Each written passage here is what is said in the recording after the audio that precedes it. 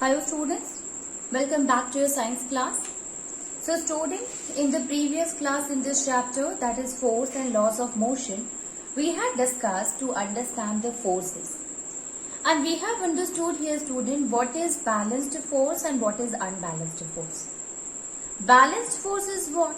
This is a force in which the resultant force, if this is a force, if different forces are acting on an object and the resultant force came out to be zero, that we will call as a balanced force.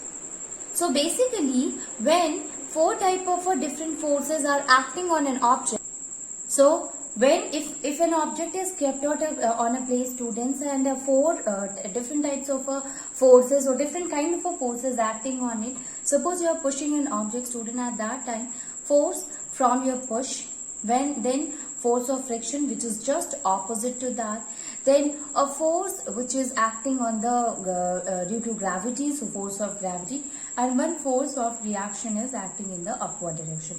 So if all these forces which is acting on the body, if it will be equal and opposite, so that will cancel each other's forces effect. Okay, so ultimately if all the effect will be cancelled, then the resultant force will be equal to zero. So here this is what we are talking about, student, that if the different forces acting in an object will be, if the resultant is zero, then the force will be a balanced force. So at that time, either the object remain at a rest position or it will remain at a uniform position, uniform motion. Now we have seen one more thing, that although the object, if it is the balanced force also, but it can change the shape and size. Suppose we will take a balloon and we sponge also. So if you are applying push on both of the in a equal and opposite manner, if you are applying a force on the sponge or a balloon, what will happen? It will changes the shape here, but you know that the force that you are applying is what? It is equal and opposite. So we can say here that the balanced force, yes, there will be no change in its state. If it is at rest, will remain. If it is at motion, will remain as it is. But there will be change in the shape and size. Now you see here, if we talk about the unbalanced force, so here the forces which is acting on an object, that will be not equals to zero. So if all the different kind of forces, like we have seen in the first case, if suppose we will take the object and you are simply pushing that object, what will happen? You are applying a force, then force of friction, force of gravity, and force of reaction in the upward direction is acting on it. So four different type of forces are acting on the object. So if any of the force will be more, the object will move to that direction. Suppose you push the object in the opposite direction, so there the force of friction is also acting in the opposite direction, it means towards you. So if your force is more than the force of friction, then the object start moving in the opposite direction. So it happens because here the resultant force is not equals to zero, but one of the force is greater than the other. So this will cause the movement of an object. This will make a moving body to stop. So in case of an unbalanced force, student, if any of the force which is acting on the body on an object, if it will be, so these are what, student? These are the two different types of forces, that is the balanced and unbalanced force. Then we have started with the Newton's first law of motion. Newton, he has given three laws and we have started with the first law. Although we have written the first law in the previous video, but let me write it and then it will be easy for us to understand the Newton's first law of motion.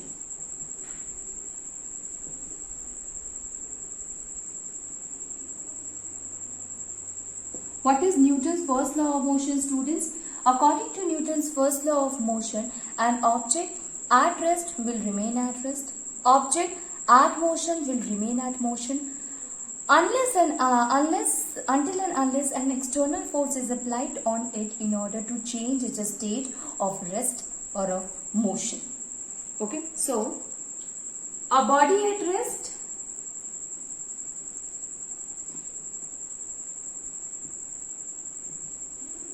will remain at rest. A body at rest will remain at rest. A body in motion will continue to move or continue in motion in a straight line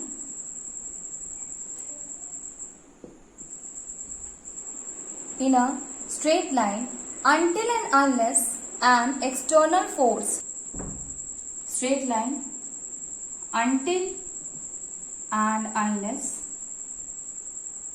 until and unless an external force is applied on it to change its state of rest or of motion. Okay. So basically, if an object is at rest, will remain at rest. If an object is in motion, will continue to be in motion until and unless an external force is applied on it to change its state of rest or of motion. Let us try to understand this sentence, the meaning of it with the help of an example. According to Newton, if an object it is at rest, it will not going to change its state until and unless we apply a force on it. Suppose a book is kept on a table. Now what happened? You went and you just take that book, you lift up that book. So lifting means what? You had applied an external force on it and due to which it comes in motion. Before that it was at a rest position. Ball is there. It will remain as it is until and unless an external force is applied on it. But when a footballer kicks the football, at that time the ball starts moving. Why does it happen, student? It is because the external force is applied by the footballer, making it to move. So it changes its state of rest.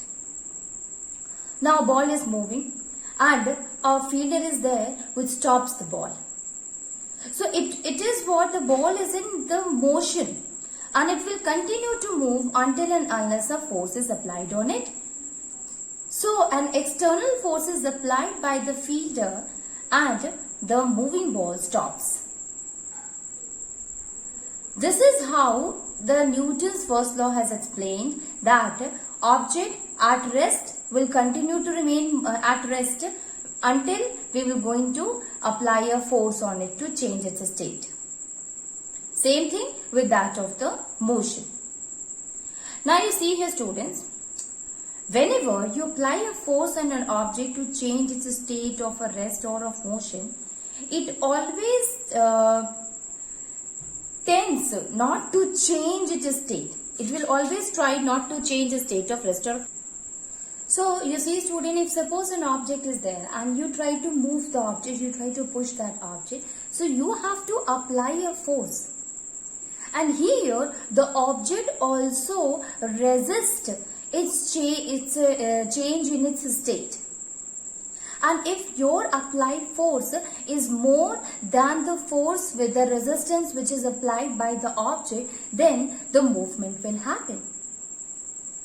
So it is a tendency of each and every object that it do not want to change its state of rest or of motion. And the tendency of an object to resist any change in its state is called inertia. So we have understood here the concept of a Newton's first law of motion, and now we must understand what is inertia. So let me write the definition of the inertia, students.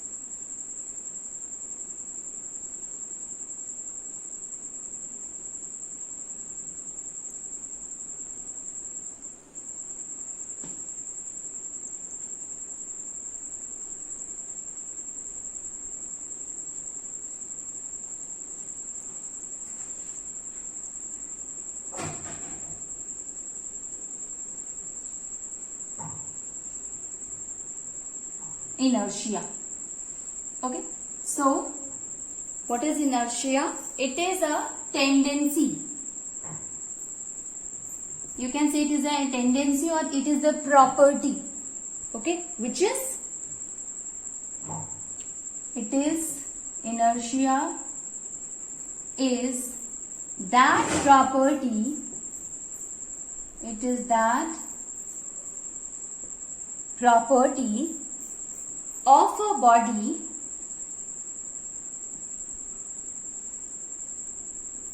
due to which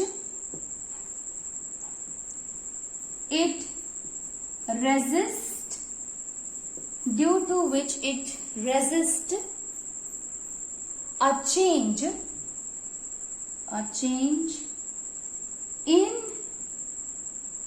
its state of rest or of motion. Basically, what is inertia? It is a property of a body in which it used to resist any changes that happen, and means it do not want to change its state. If it is at a rest position or if it is moving, it will continue to move. It want to be in a moving or continue to be want to be in motion only. Okay.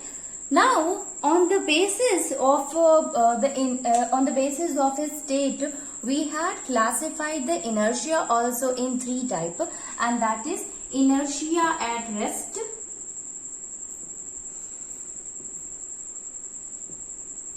inertia at motion,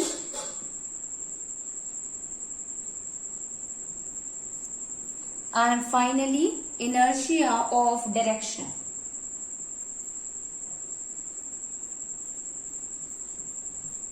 These are the 3 different types on the basis of the state. Okay. Now let us start with the inertia at rest, and we will try to understand the concept of inertia at rest with the help of a different applications, with the help of a different examples. Remember that students, whatever the examples that we will going to study in case of inertia at rest or inertia at motion or inertia of direction, that kind of questions will ask a lot, especially in the form of reasoning. So you must be careful regarding this topic. Okay. So let us start with the first one, and that is inertia at rest. I hope you have understood here the definition of the inertia, that it is what? It is basically a property which do not want to change its state. So it used to resist to any changes that can happen to the body. Let us start with inertia of rest. Let us write what do we understand by inertia of rest. So, the tendency of a body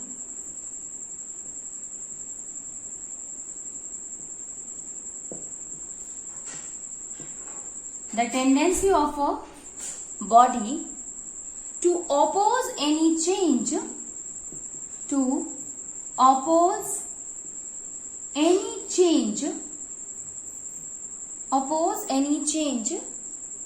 in its state of rest,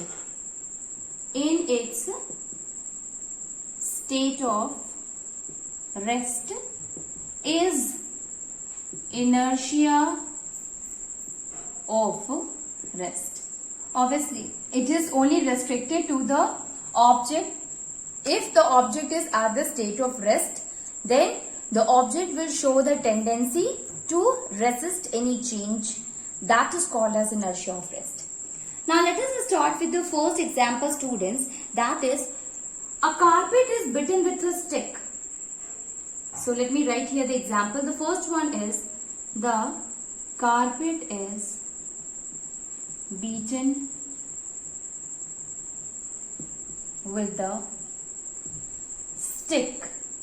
Carpet is beaten with a stick to remove the dust particle. To remove the dust particles. Okay, the carpet is beaten with a stick to remove the dust particle. You see here what happened. Suppose you have seen many times that the carpet, if it is beaten with a stick, a lot of a dust particles start coming out of it. Why does it happen? Basically, when we beat the carpet with the help of a stick, so the carpet start moving. Initially, carpet was at rest. When you start beating with a stick, the carpet comes in motion. Now, the dust particle which is present in the carpet do not want to comes in a motion state. It means it was initially the dust particle which was present in that of the carpet was also at rest. But carpet start moving and that of the dust particle do not want to change its state of rest, and due to which it will comes out. Understood? So this is what it is, because of inertia of rest the dust particles comes out. So the carpet came in motion, it comes in motion when we beat it with a stick, but due to inertia of rest the dust particles start opposing the any change. It means it starts opposing the motion and finally it will come outside. Understood? So this is how we can say the inertia of the rest is related with this example.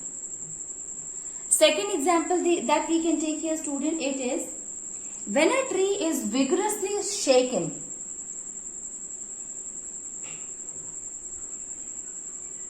When a tree is vigorously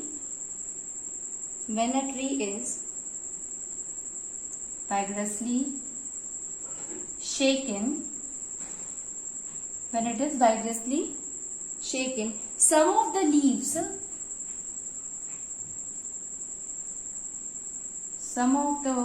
leaves falls down. Some of the leaves falls from the tree. Fall from the tree. So when a tree is vigorously shaken, some of the leaves fall from the tree. Why does it happen? Now you see, when we shake a tree, because of the force which we applied, initially it was also at rest position, but because of external force, it came in motion. So it just start moving. So tree starts, when we shake the trees start moving, but the leaves which is attached with the branches, which is attached with the tree, that do not want to change its state of rest. And because of the inertia of rest, it falls from the tree. So we can say here that when we shake the tree, when a tree is vigorously shaken, then the leaves do not want to change its state of rest, and because of inertia of rest, it will fall down.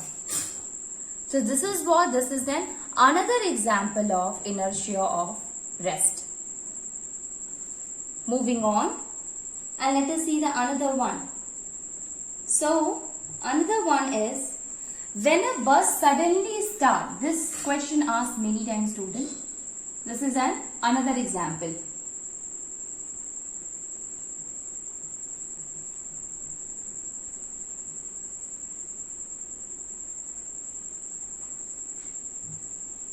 So, when a bus suddenly starts,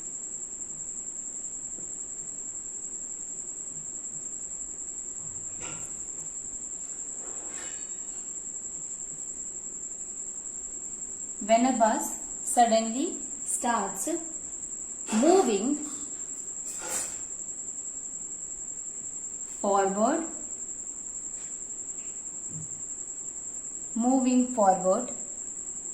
the passenger in the bus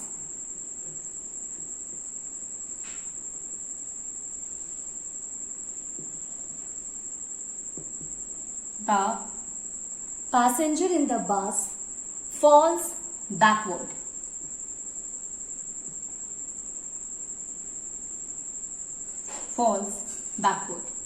So what happens when a bus starts suddenly?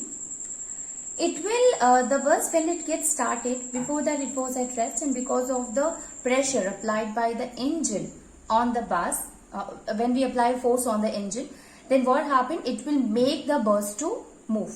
It gets stuck. Now, when the bus starts moving in the forward direction, you have seen the passengers, they move backward. Why does it happen, student? Reason is, here the passenger who is sitting on the bus seat, his leg is on the floor.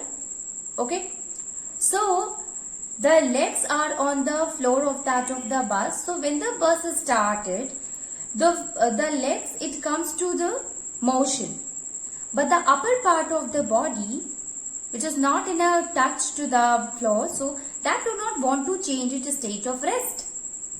So the lower portion, it starts moving, but the upper portion of the body do not want to change its state of rest.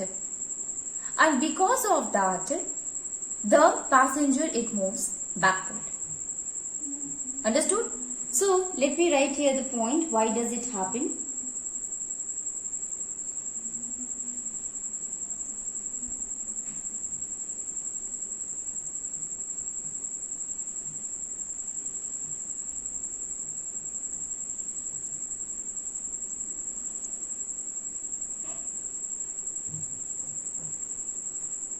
That is, here what happened? When the bus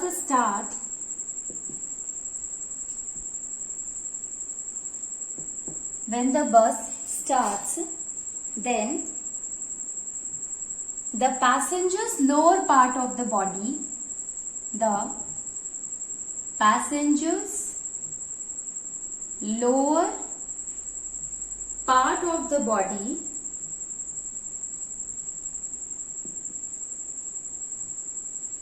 which is in contact with the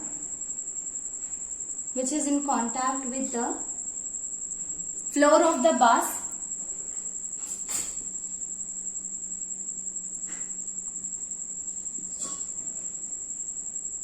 makes it to move.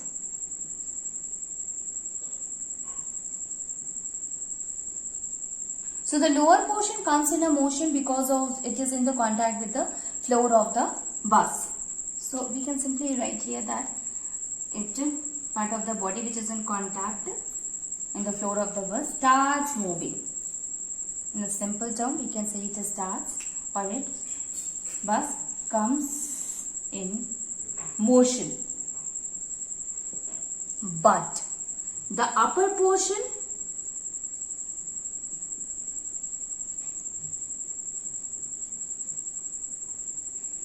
due to inertia of rest, do not want to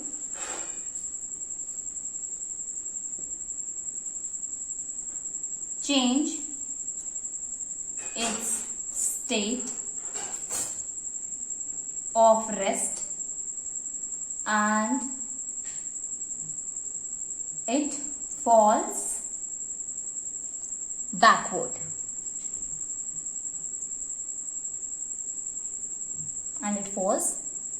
Student. This is backward. So we can say here that when the bus is started, at that time the lower portion of the body which is in a contact with the bus, it comes in motion, it will start moving, but the upper portion which is not in a contact with it, it remain as it is. It will do not change its state of rest because of inertia of rest, and ultimately the person will fall backward. Another example, students, that is, okay, so next one we can write here is the pile of a coin when it is struck with the help of a knife.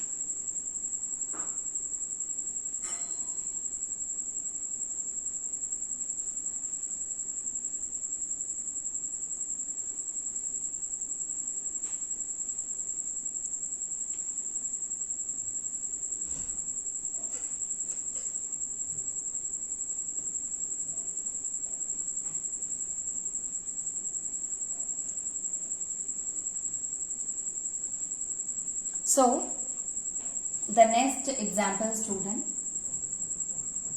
That is, a pile of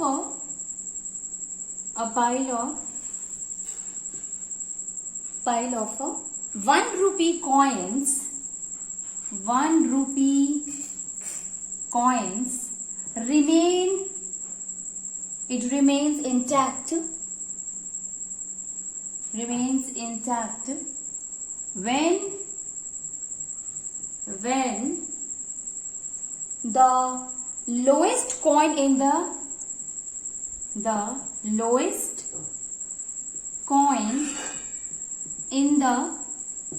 when the lowest coin in the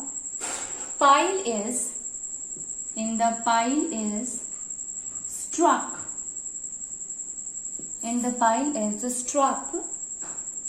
quickly by a knife.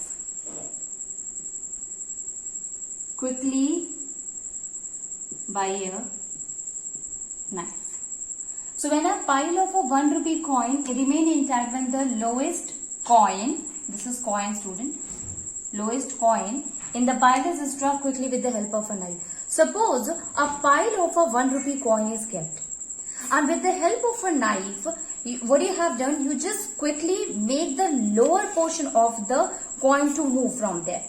So what will happen? The coin which is present at the lower will move, but the pile will remain intact. It means it do not fall as it is, but it do not fall, or the coin do not get dispersed, but it will remain in the form of a pile, although the lowest coin will come outside.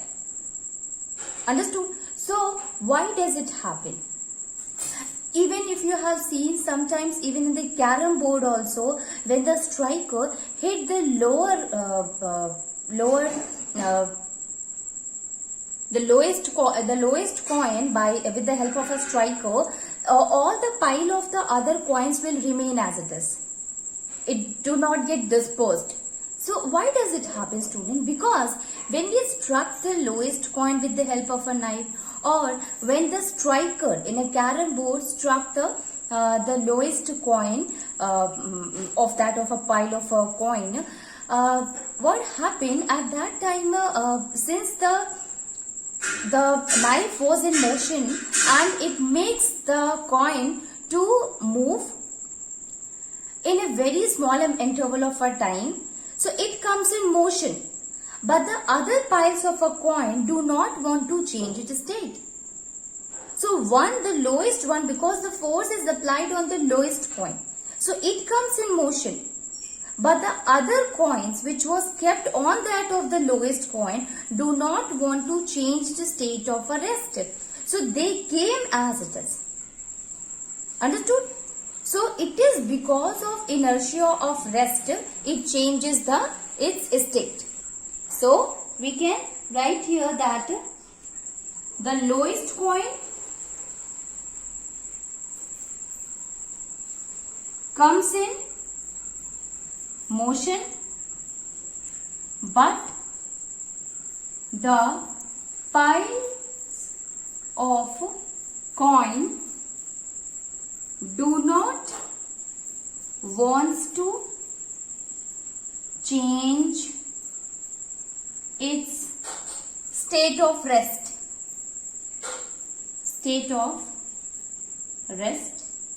And because of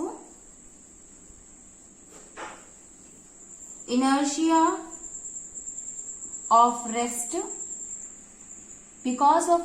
of rest,